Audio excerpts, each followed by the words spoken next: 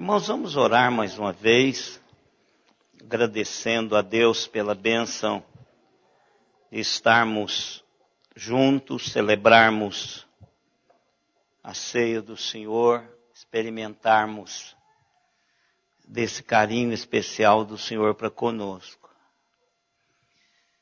Pai amado, mais uma vez nós estamos na Tua presença, gratos, ó Deus, por tudo quanto o Senhor já nos tem dado durante esse tempo de culto. Certeza do carinho e do cuidado do Senhor para conosco. Certeza de que o Senhor é a parte fiel da aliança. Certeza, ó Deus, se nós não estivermos ligados ao Senhor, todos os dias, todos os momentos, nós nos perdemos enquanto caminhantes de fé, no alvo, nos projetos, nos sonhos do Senhor para as nossas vidas. Por isso, ó Deus, nós queremos mais uma vez fazer nossas as palavras do salmista.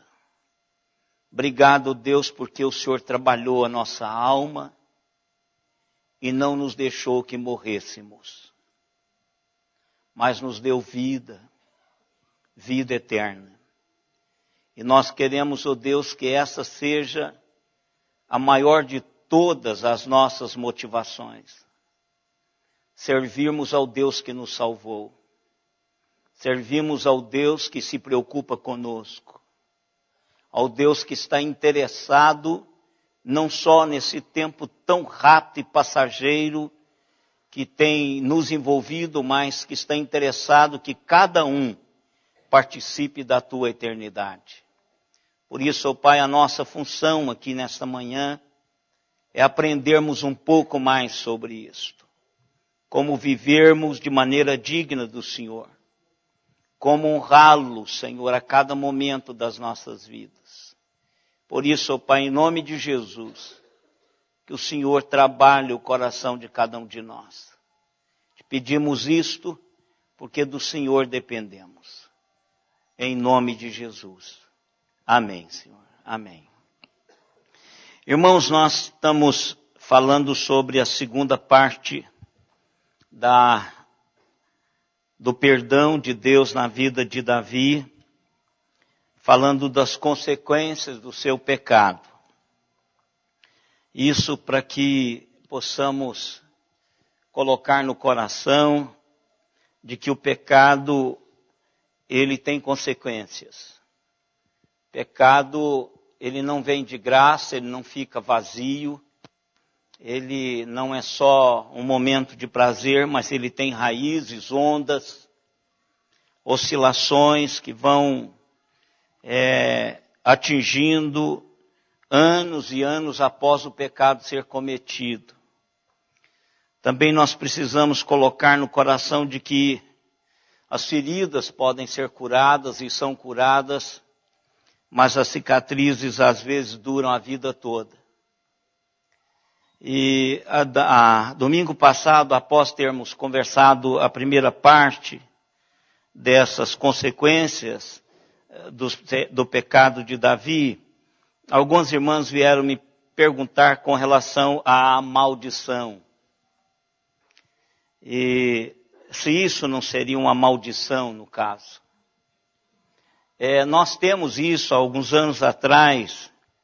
Hoje perdeu um pouco porque como tudo que o ser humano cria e inventa, passa, né?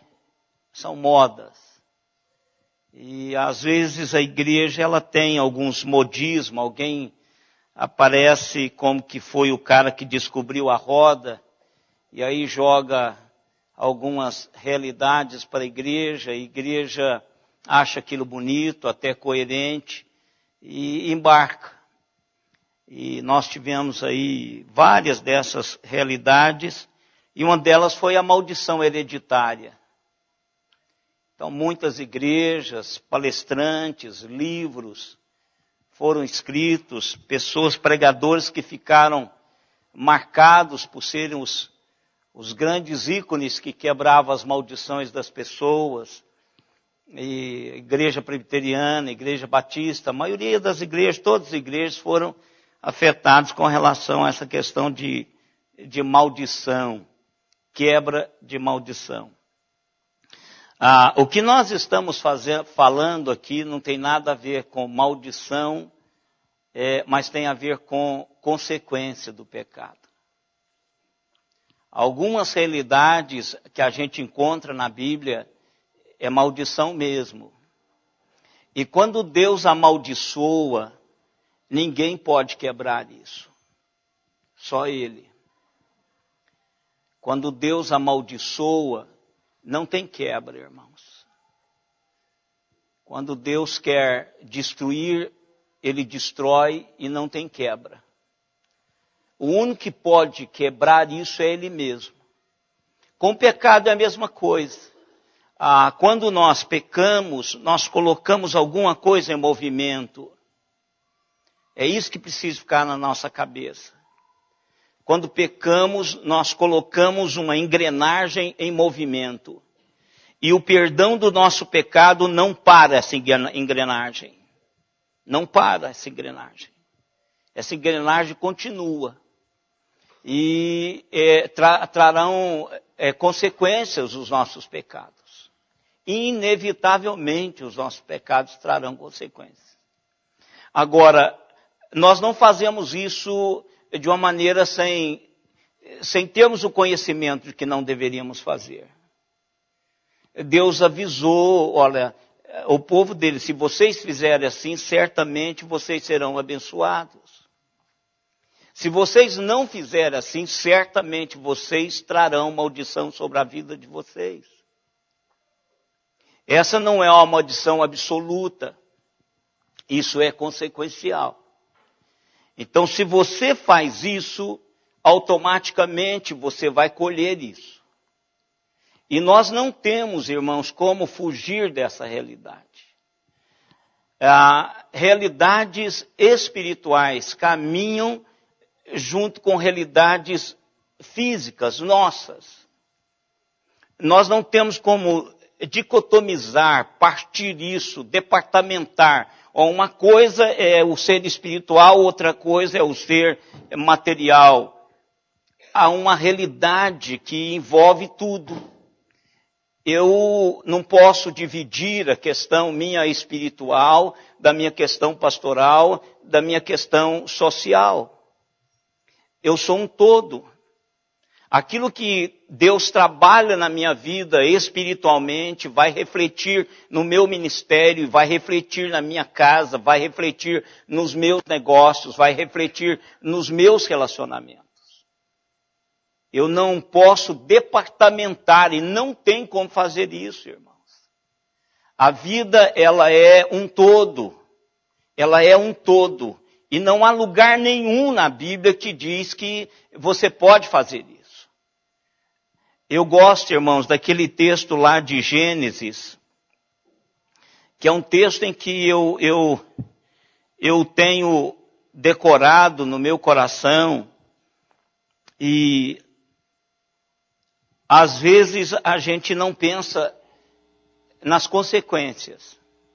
Mas quando Deus percebe que Caim e Abel, ou seja, que Caim começa a construir um sentimento ruim com relação a Abel, Deus avisa a Caim. Deus avisa Caim. Não há nenhuma maldição de Caim ter feito o que ele fez. O que aconteceu foi que houve uma desobediência. Houve uma não prestar atenção àquilo que Deus disse. Olha o verso 7 do capítulo 4 de Gênesis. Se procederes bem, não é certo que serás aceito. O que Deus está dizendo para esse ser pensante? Olha, você precisa de acertar algumas coisas. As suas motivações precisam ser acertadas. Você precisa proceder-se bem. E você procedendo-se bem, você vai ser aceito, assim como Abel foi aceito. Mas o texto continua. Se todavia procederes mal, eis que o pecado jaz à porta. Ou seja, ele está dizendo assim, mas a inclinação do seu coração não é para proceder bem. Não é para proceder bem. E eu quero lhe dizer que já está na agulha a bala. É só você puxar o gatilho. E se isso acontecer, olha o que ele está dizendo. O seu desejo será contra ti, mas a ti cumpre dominá-lo. Irmãos, tudo que aconteceu depois foram consequências. Foram consequências. Ele não ouviu a Deus. Ele não prestou atenção no que Deus está falando com ele. E às vezes nós argumentamos da seguinte maneira: se Deus chegasse para mim e falasse comigo, e se não fosse o pastor Ezequiel ou qualquer outra pessoa, talvez o impacto seria tão grande que eu não iria fazer. Mentira. Não precisa de anjo descer aqui. A palavra de Deus já está dizendo, e o Espírito Santo de Deus está testificando ao meu coração que esta é a palavra de Deus para a minha vida. Quando eu estou lendo a palavra ou ouvindo a palavra, da maneira como o Espírito impacta o meu coração, não importa se eu esteja sozinho, se eu esteja ouvindo qualquer outra pessoa pregar, não precisa ter nome, não precisa, é um ser, uma pessoa usada por Deus. O Espírito de Deus testifica ao meu espírito que Ele está falando comigo. Mas nem Deus falando com Caim resolveu o problema. Então a questão do pecado é quando eu resolvo desobedecer a Deus.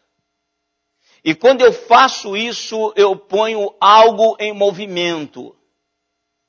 Eu ponho algo em movimento. Imagine isso, irmãos. Nunca tinha havido um crime. Nunca tinha havido um assassinato. Nunca o irmão tinha matado o outro. Nunca isso tinha acontecido. Mas aconteceu. Poderia não ter acontecido. Então isso é consequência, não é maldição.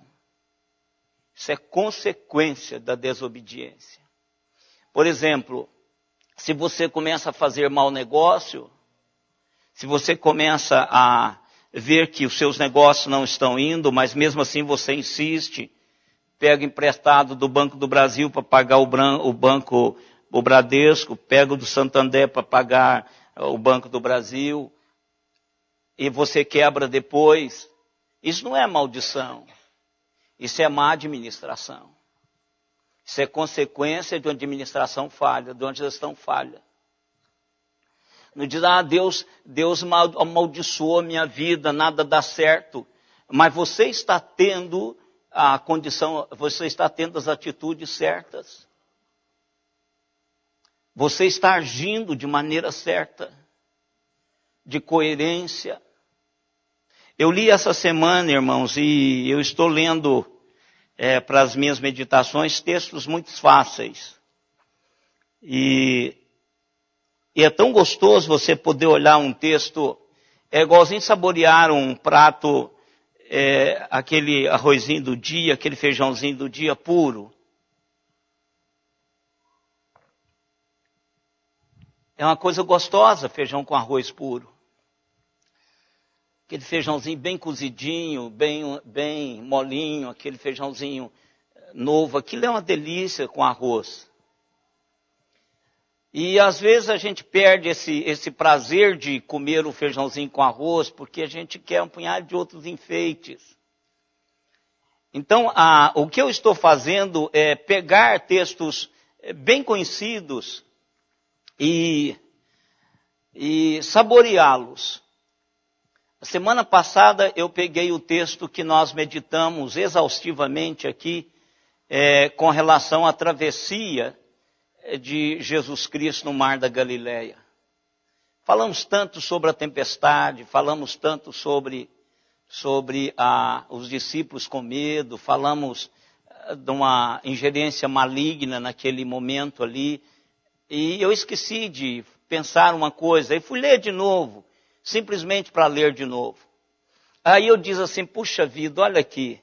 35 anos de experiência pregar e passou uma coisa tão importante. Por que Jesus estava dormindo? Em meio à tempestade. Lá fora, as pessoas estavam, os seus discípulos estavam apavorados. Não sabiam o que fazer. Eram pescadores experientes, mas a sua experiência não valia nada para aquele momento. Mas Jesus roncava. Por que Jesus roncava? Em meio a tanta tempestade. Porque ele confiava no Pai. Ele sabia que o Pai dele tinha a sua mão, na sua vida nas suas mãos. Ele sabia que o Pai dele tinha um projeto para a vida dele. E aquele projeto ainda não tinha acabado. Por isso que ele dormia. Por que você e eu não dormimos? É porque Deus não tem a nossa vida totalmente nas mãos. A gente só tem a alma porque a gente quer ir para o céu. Mas as outras coisas sou eu que cuido. Filho, tudo sou eu que estou cuidando. Se não for eu nessa casa, ninguém faz nada. Você já ouviu isso? Nada? Não ouviu. Deus é que cuida. Por isso que eu posso dormir. Há alguns anos eu criei o hábito, desde quando eu tive aquele problema lá atrás, que eu não conseguia dormir, toda noite, eu digo, Senhor, eu vou pegar no sono, porque o Senhor está comigo. Só por isso. Nada vai perturbar o meu sono. O Senhor é que me guarda. Tua vara e o teu cajado é que vai dar tranquilidade ao meu coração. Jesus dormiu por causa disso. Sabe por quê? Aí essa semana eu fui com José. Eu gosto de José.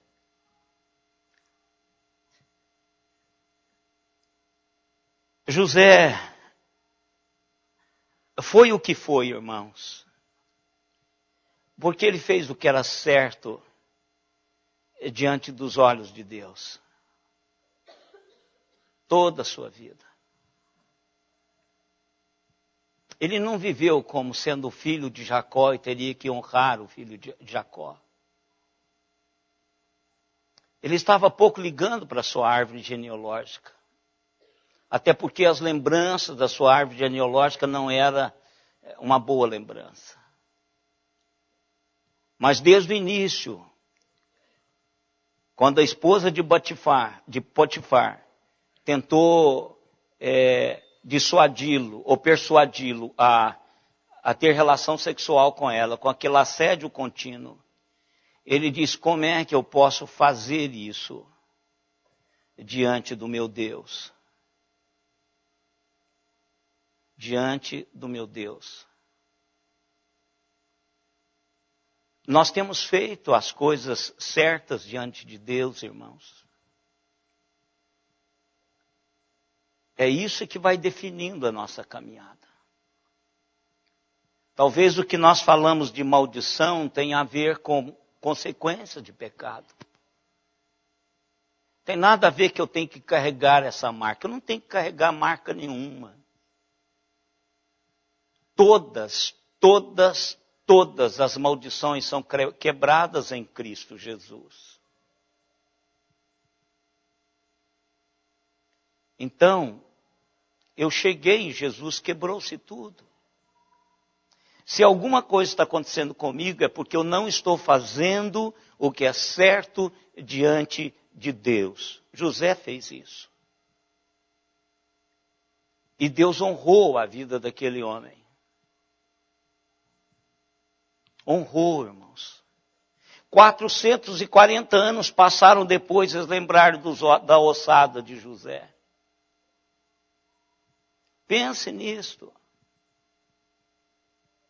440 anos se passaram após a morte de José e eles se lembraram da ossada dele. Porque lá atrás ele disse, não me deixe aqui quando vocês saírem. A noite demorou para esse povo. Mas amanhã surgiu.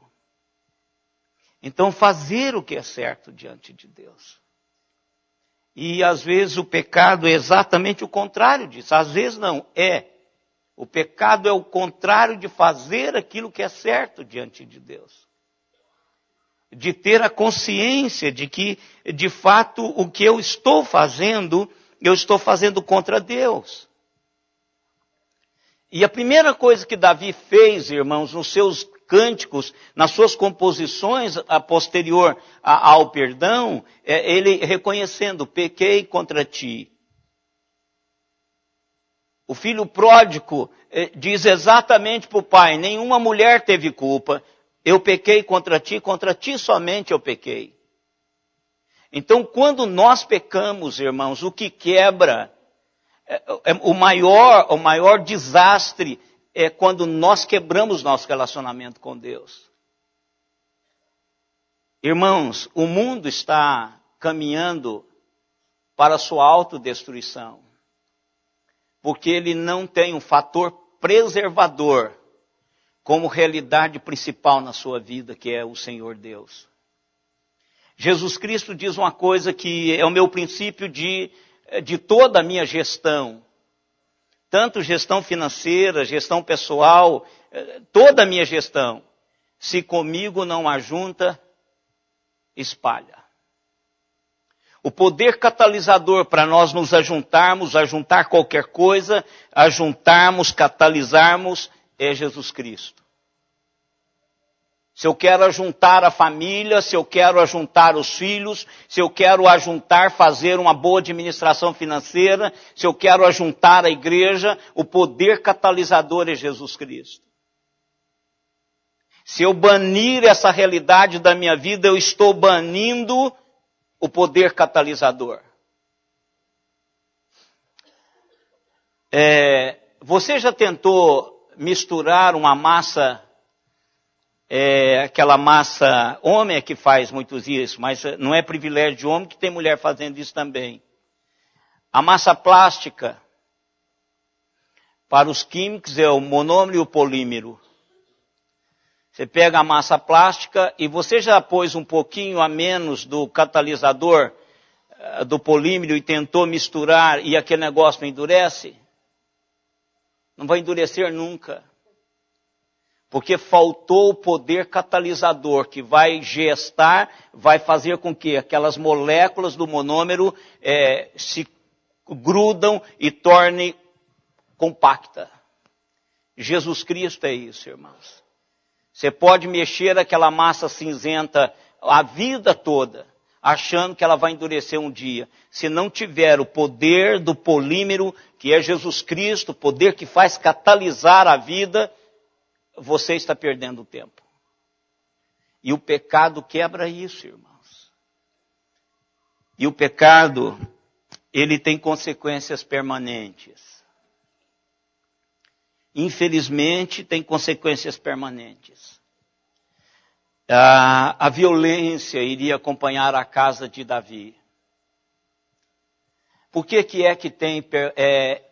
tem consequência permanente? Porque vão ter sempre pessoas que vão querer fazer exatamente o que o pai fez. Não vão voltar para Jesus. Por isso que vai ser permanente. Qualquer um desses filhos de Davi que se voltasse para o Senhor, tanto é que um deles fizeram, e foi exatamente o que veio do ventre do seu pecado.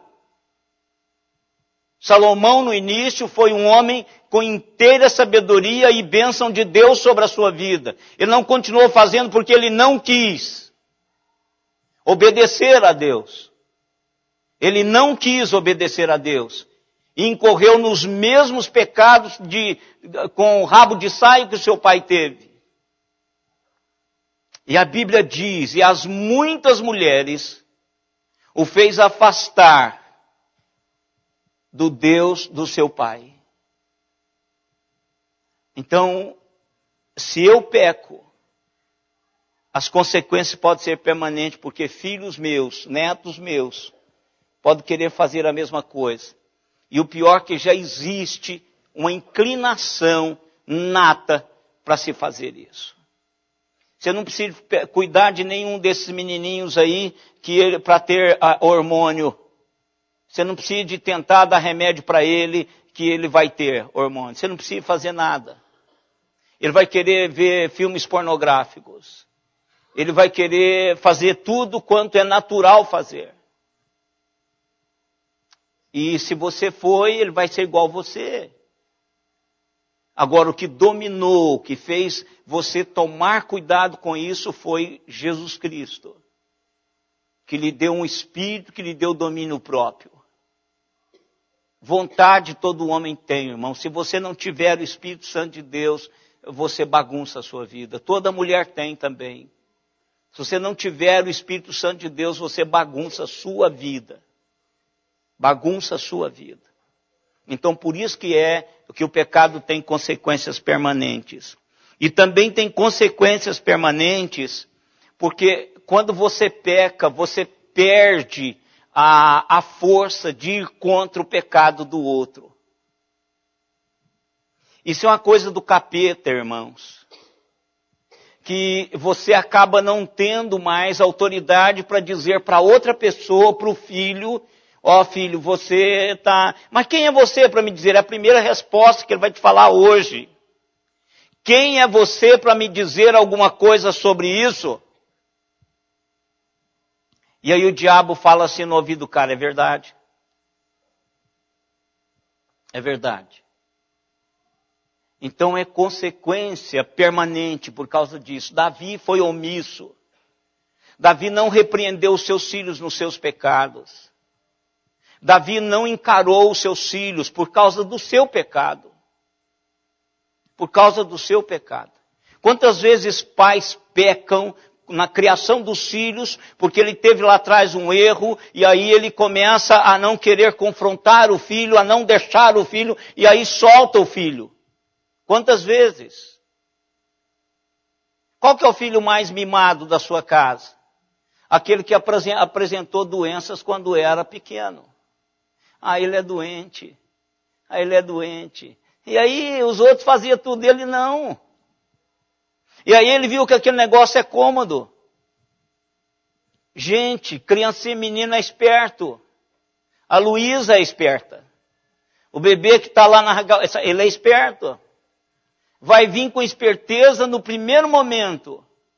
Quando ele entender que a mãe não está ligando, ele vai abrir o berreiro, porque ele vai descobrir que toda vez que ele abre o berreiro, o Igor acorda ou a Raquel acorda. Ele diz, esses dois estão por minha conta, e o lugar é o seguinte, é gritar. Nascemos assim, irmãos. Então, quando nós pecamos, uma das coisas que nós perdemos é a autoridade para confrontar os pecados dos nossos filhos. E aí a gente deixa a coisa ir embora. A gente deixa descambar. E aí nós perdemos tudo. A segunda realidade que nós vimos, que o pecado também tem consequências públicas. E para mim, irmãos, essa é a tragédia do pecado em nossas vidas. A tragédia do pecado em nossas vidas é quando se torna público, quando nós somos conhecidos pelos nossos pecados. E o inferno gosta disso. Vão fazer tudo escondido, tá certo? Tá certo. E aí a hora que acontece, o pecado publica. Aí alguém descobre um negócio no Face, alguém descobre alguma coisa no WhatsApp, alguém descobre alguma coisa, alguém viu, e alguém solta esse negócio. Aí joga no ventilador e todo mundo já sabe. Hoje é fácil, vocês sabem disso. Hoje a pior coisa é fazer fofoca. Esse Face é o fofoqueiro. Eu pergunto a Simone assim, como você ficou sabendo? Ela diz, eu falo, o fofoqueiro. Então, pecado, quando é jogado publicamente, ele acaba conosco. Ele não só publica o pecado, mas ele torna público o pecador. E a gente fica com vergonha. Porque os nossos pecados, irmãos, que nós cometemos, nós não deveríamos cometê-los. Presta atenção se não é assim. Nós já temos caminhada suficiente para não cometer. Nós já conhecemos a Deus o suficiente para não permitir isso. Nós convivemos em uma sociedade, em um grupo privilegiado, com pessoas privilegiadas. Então, o privilégio de nós estarmos juntos já deveria barrar qualquer inclinação de pecado nosso. Mas ainda assim nós pecamos. E quando aparecemos, nos empalidecemos. Ficamos com vergonha. Ficamos com vergonha. Por que é, irmãos? Pode olhar, todos esses presos que estão indo aí, que eu não sei se vão ficar presos, mas duas coisas eles fazem. Eles cobrem as algemas. Pode olhar. Tem alguma coisa cobrindo a algema, com coisa que aquilo ali vai tapear. Eu não sei quem que eles querem tapear, porque a mim não, eu sei que ali tem uma algema ali debaixo. Ou põe alguma coisa sobre a cabeça. Aí a Polícia Federal pega e joga a foto dele lá, sem problema nenhuma. Sem problema nenhum. Então o pecado, ele tem o poder de nos expor. E isso é horrível. Isso é horrível. Mas isso é uma artimanha do inferno, irmãos. O inferno nos expõe. Pense você, quando você estiver fazendo alguma coisa em segredo, você pode ter certeza que o inferno já está digitando no Face aquilo que você está fazendo escondido.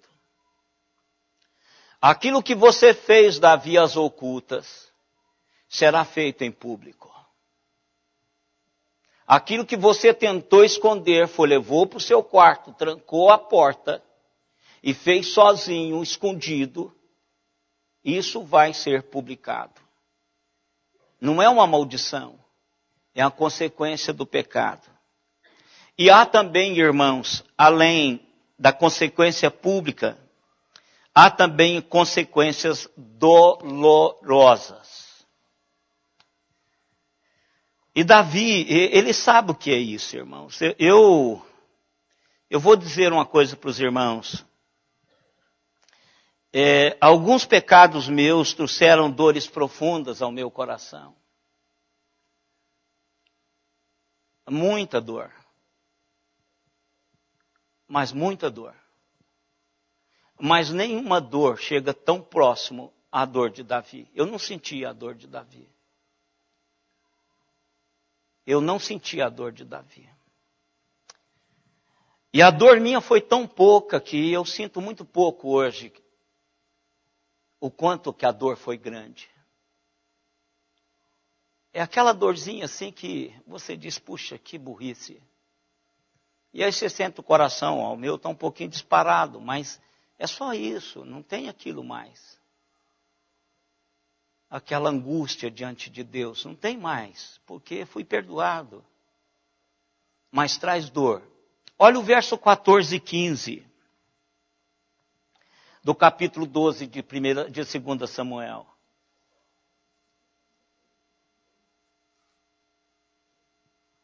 Mas posto que com isto, depois do perdão, Natã está dizendo a Davi, mas posto que com isto, deste motivo, a que blasfemaste os inimigos do Senhor, também o filho que te nasceu morrerá. Então Natã foi para sua casa. E o Senhor feriu a criança, que a mulher de Urias dera à luz a Davi, e a criança adoeceu gravemente. Pensa, irmãos. Pensa nessa dor. Os irmãos que estão aí estão grávidos, tiveram bebê há pouco tempo. consegue ter essa dimensão muito maior do que nós. O bebê acaba de nascer e eu tenho a impressão que era um bebê bonito. Porque eu tenho a impressão que Batseba era uma mulher muito bonita. Sei não, irmã Iole. A gente fala porque não tem jeito, tadinho. Fazer o quê, né? Mas eu acho que todo bebê parece com o joelho, né? Aquela coisa assim. O bebê... mas tem uns mais bonitos que os outros, né? Tem um bebê Johnson aqui, bebê... né? Mas o bebê de Batseba deve ter sido um menino fantástico. E ele adoeceu, Deus permitiu que ele adoecesse gravemente e morresse. Agora eu queria fazer algumas perguntas para vocês. Você consegue imaginar Davi voltando para casa e dizendo para Batseba: Bate, eu quero te contar um negócio. E eu não sei como fazer isso. Fala, pode falar, benzão. O menino vai morrer. Mas como assim ele está tão gordinho, tão bonitinho? Como ele vai morrer? Vai morrer.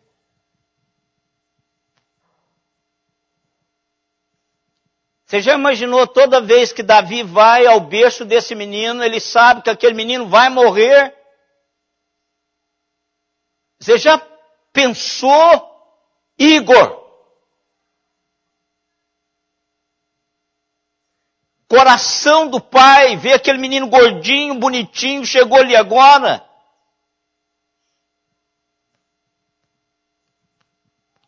Quantos meses tem o seu? 7 meses. Hein? Não está aqui não? Eu queria... para! Estragou meu... Mas pensa, vocês como pais, isso é muito mais dimensional na vida de vocês do que na minha, que as minhas estão quase 30 anos, do que do Barone. É muito mais, é mais na vida do Jonas, da Rebeca, desse que tem os filhos agora, do que pensou isso, irmãos. A dor desse pai, e ele sabe que isso é consequência do seu pecado. Pense nisso, o alto preço que Davi pagou pelo seu pecado, irmãos. Isso não é maldição, isso é consequência. Consequência. Davi nutrir o tempo todo que o filho vai morrer. E sabe o que Davi faz? Davi mete a cara no pó, intercedendo por aquela criança. Ele rasga a sua roupa, ele deita, ele deixa de comer, ele passa a jejumar-se, ele agora está entregue. Chora copiosamente diante de Deus, intercedendo pela criança. Mas ainda assim, ela morre. Ainda assim ela morre, como Deus falou que ela morreria. Irmãos, põe uma coisa na sua cabeça, que eu já pus na minha. Não adianta eu plantar semente de braquiária entre as minhas gramas bonitas e tentar orar para ter uma quebra de safra. Sabe o que é braquiária, né? Aquela praga que tem, que isso é bom para quem tem gado. Brota em todo lugar. Se você deixar, ela toma conta, vai embora, vira cada moita desse tamanho, e se deu semente já era. Porque o vento leva para qualquer lugar e impregna tudo. Se eu planto sementes selvagens, não adianta orar para a quebra de safra. Porque eu vou colher exatamente aquilo que eu plantei. Não tem como, irmãos. E nós esquecemos disso. Nós estamos tão complacentes, vivendo a nossa vida tão complacentemente, que nós esquecemos disso. Há um alto preço sobre o pecado. E eu não estou disposto a pagá-lo. Você está? Irmãos, olha, daqui umas décadas, não vai ser só a Previdência, o INSS que vai falir. A raça humana está caminhando, se ela não consertar a sua vida. E não é maldição, é consequência. Consequência do nosso pecado. Vai destruir, nós vamos nos autodestruirmos, irmão. Já está acontecendo isso. Diga, irmão Otávio. Então, meu irmão, põe isso para fora.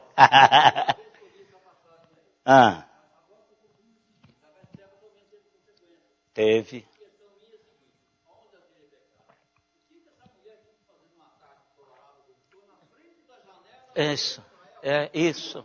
Isso, também acho.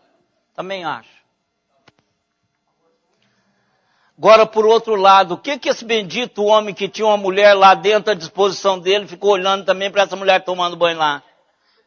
Porque o homem é assim, o pecado é assim, irmãos, não adianta, você não tenta explicar as suas mancadas na vida, você não consegue explicar.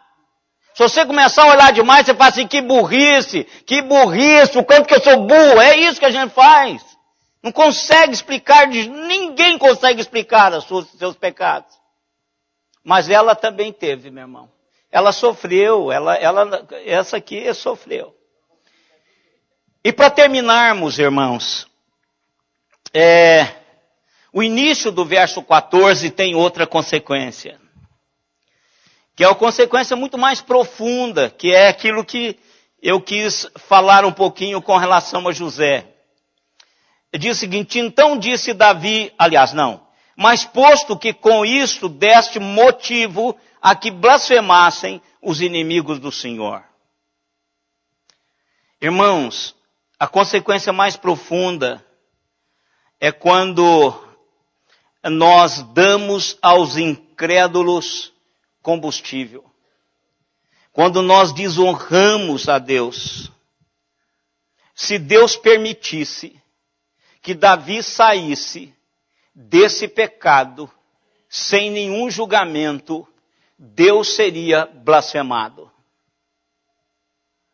Porque Deus as pessoas iriam dizer, os incrédulos iriam dizer assim, como é que o queridinho de Deus pode fazer isso e nós não podemos?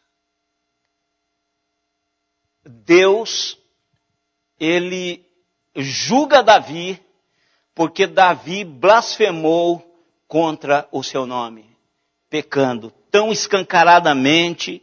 Ele rejeitou pessoalmente a Deus, a sua lei e o seu caminho, os seus privilégios que Deus tinha dado a ele. Então, Deus não pôde tolerar isto.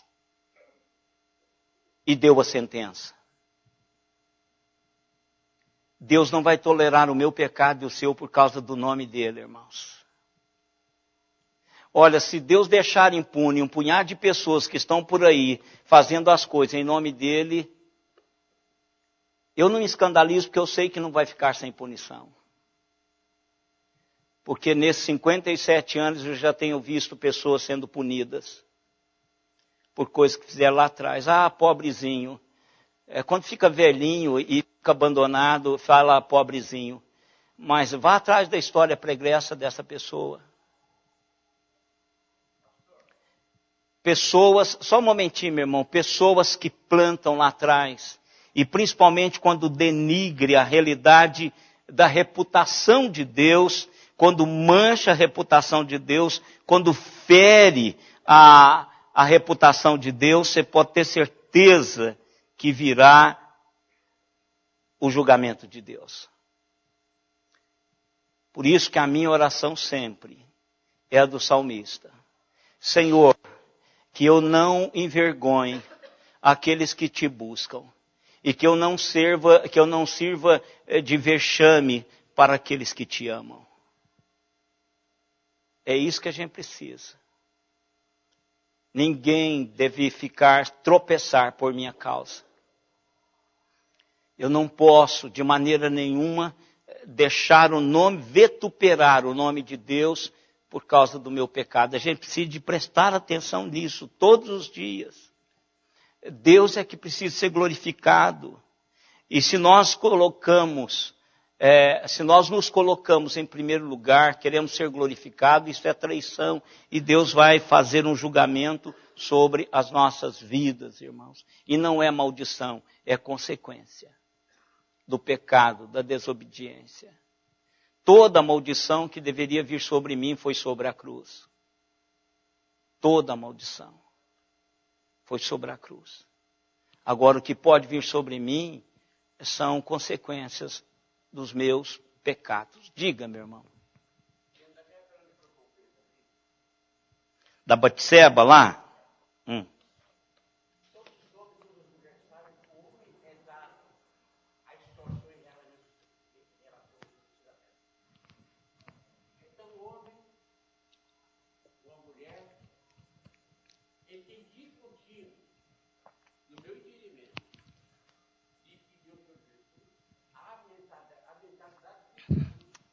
Sim, meu irmão. Para a gente, isso. Olha, leia para mim Mateus 5,16, por favor, irmãos. Mateus 5,16.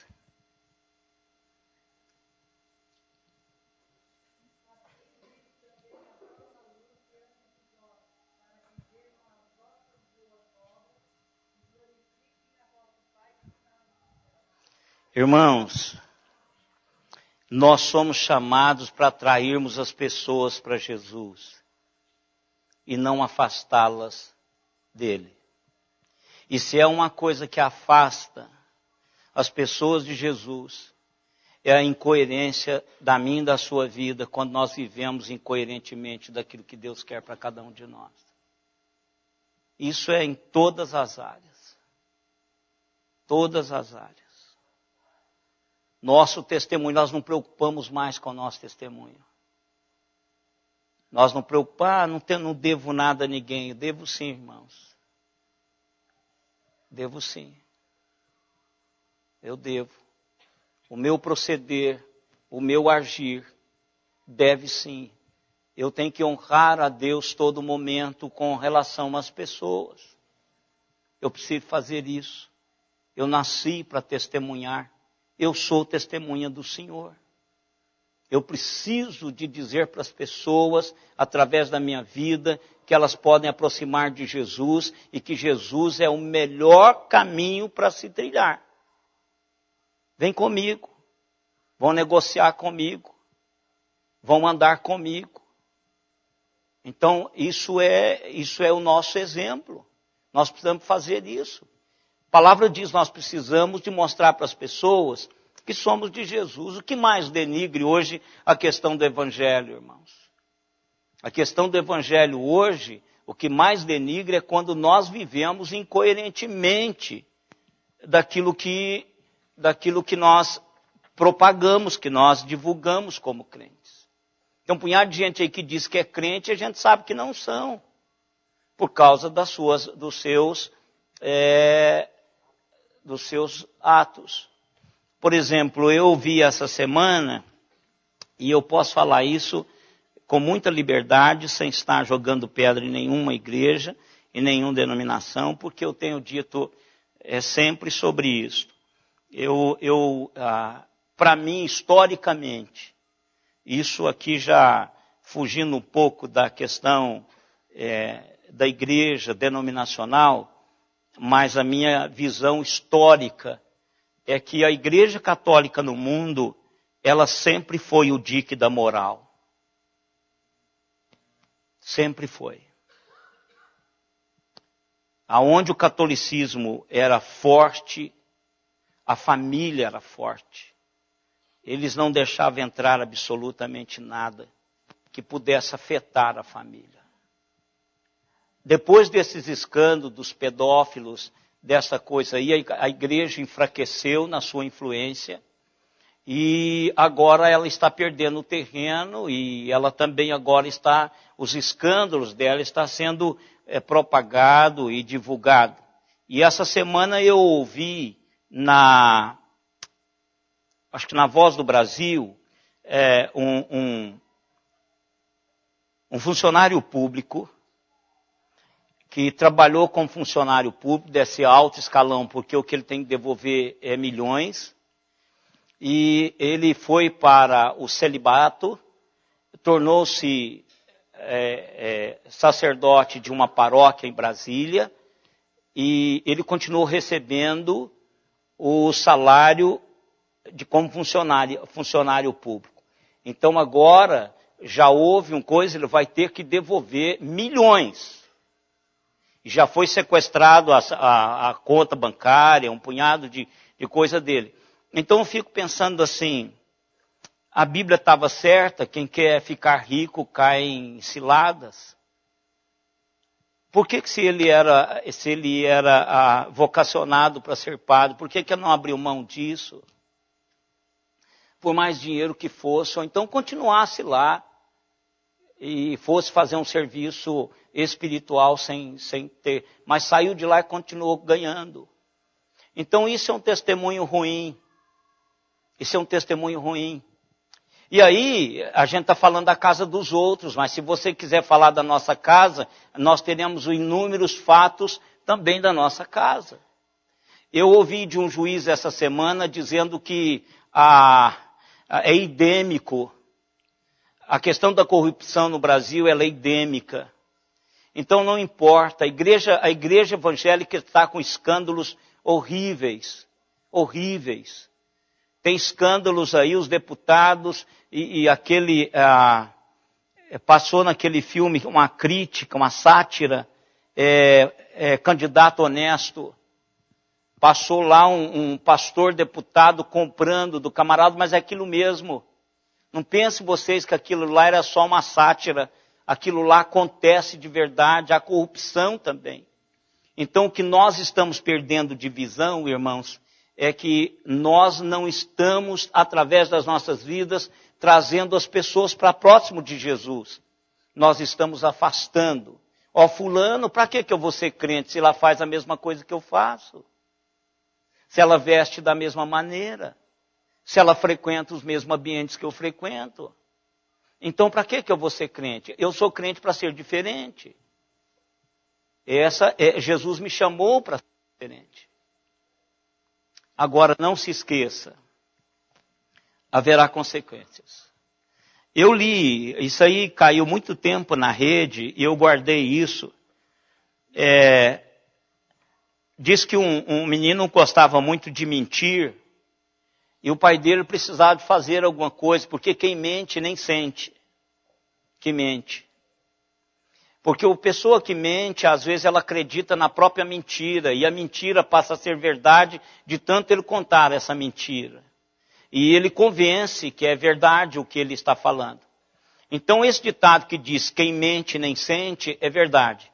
Quem mente, ele não concebe que está mentindo, ele simplesmente mente. E eu conheço várias pessoas, vocês conhecem também.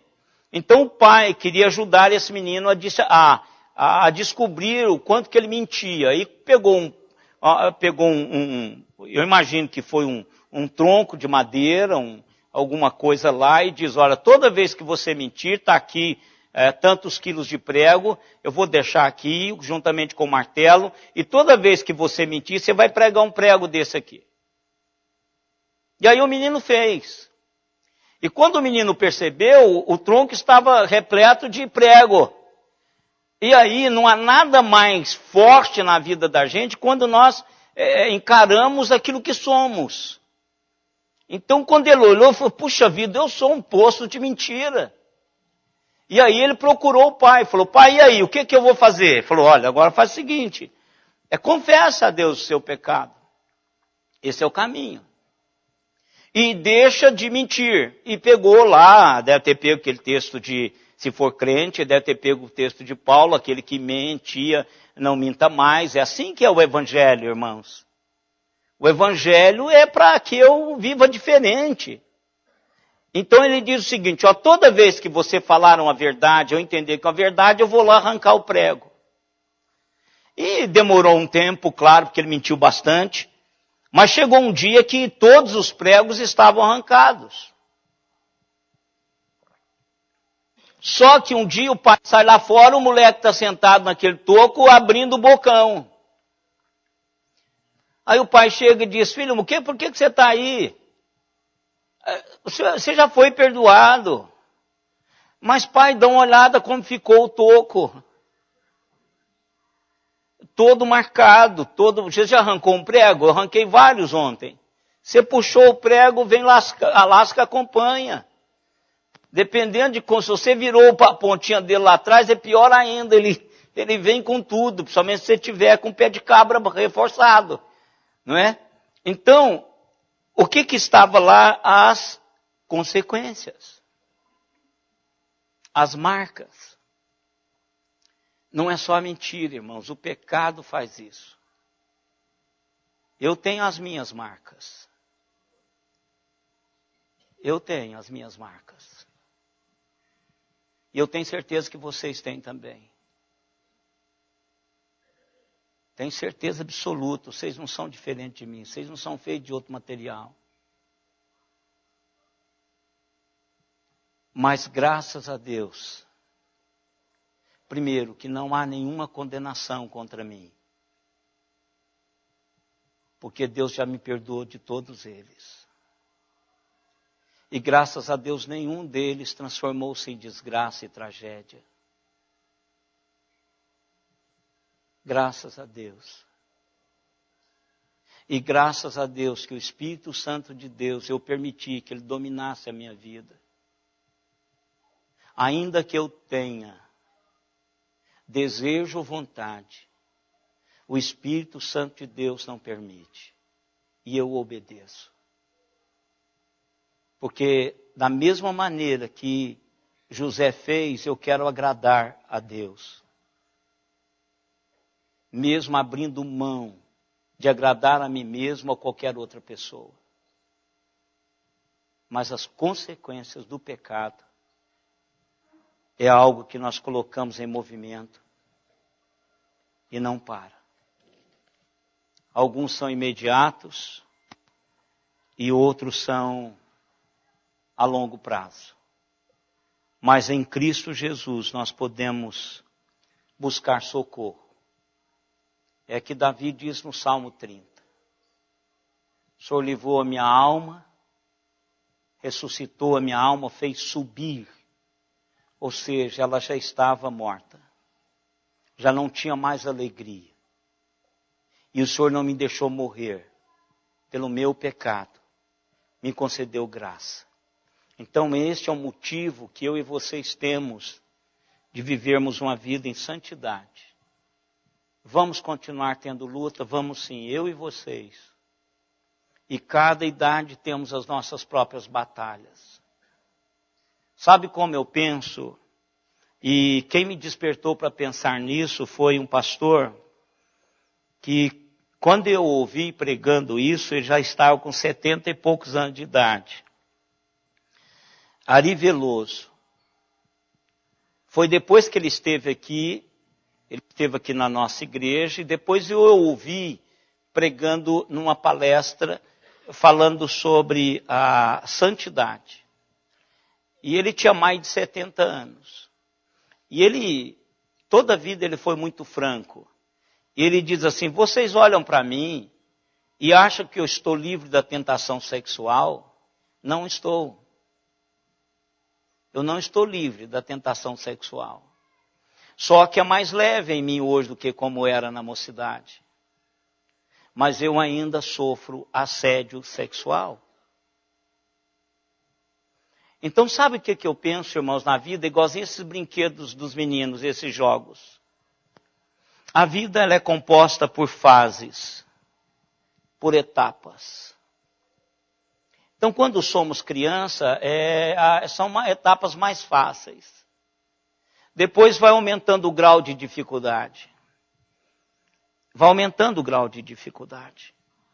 E não importa, pode ter 100 anos, 90, 80, 70, 60, 110, 120, que a luta sempre terá as suas dificuldades em cada etapa. Não baixe a guarda, em época nenhuma. Você ainda não chegou lá, e nem eu. Então, pense nas consequências do pecado, porque virá. Aquilo que nós plantarmos, nós vamos colher. Cuide disso. Se há tempo de consertar, que conserte logo. Conserte logo. Vá, meta o rosto em terra. Se não houve a decretação de Deus que vai morrer, então procure o Senhor. Procure o Senhor. Peça a restauração de casamento, de filhos, de filhas, de relacionamento de sogro, sogra, de filhos, de irmãos. Meta o rosto em terra e ore ao Senhor. Nós tivemos 19 conexões, irmãos. Araraquara, Gramado, Campinas, Ribeirão Preto, Belo Horizonte, Porto Alegre, Londres e Piruíbe. Londres é a Lu. Deus abençoe, Lu, a sua vida, querida. Que você continue a sua batalha aí. Vamos colocar em pé, irmãos. Vamos orar, agradecendo a Deus. Não esquecendo, à noite, nós teremos a presença do pastor Naor. Vai trazer-nos a palavra do Senhor no aniversário da igreja. Pai amado, somos dependentes do Senhor, todo o tempo. O que há no nosso coração é inclinação para fazer aquilo que desagrada o teu coração. O Senhor sabe que é uma luta contínua entre o espírito e a carne. Mas nós queremos, ó Deus, em nome de Jesus, honrá-lo através da nossa carne. Como diz o apóstolo Paulo, nós queremos que a nossa vida, que o nosso corpo seja um palco das tuas grandes realizações. Que teu Espírito Santo nos capacite. E eu quero pedir, ó Deus, nessa manhã, por cada pessoa aqui presente. Se há, ó Deus, alguma pessoa aqui nessa manhã que precisa acertar a sua vida, que teu Espírito Santo esteja intensificando o seu trabalho nela. Quem sabe o Senhor está dizendo, ó Deus, através dessa escritura, a mesma palavra que diz a Davi, tu és o homem.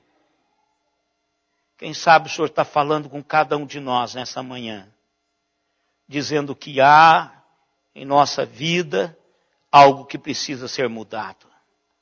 E nós queremos nos colocar, Senhor, na tua presença, para que isso seja realizado, para que o teu nome seja engrandecido, para que as pessoas se aproximem do Senhor pelo nosso testemunho. Acompanhe-nos, Senhor, de uma maneira muito especial para as nossas casas e abençoe-nos de uma maneira que glorifiquemos o teu nome.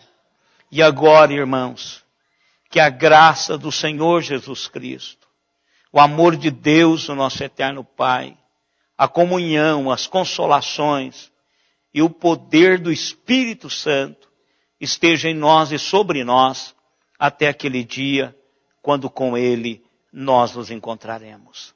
Amém, Senhor. Amém.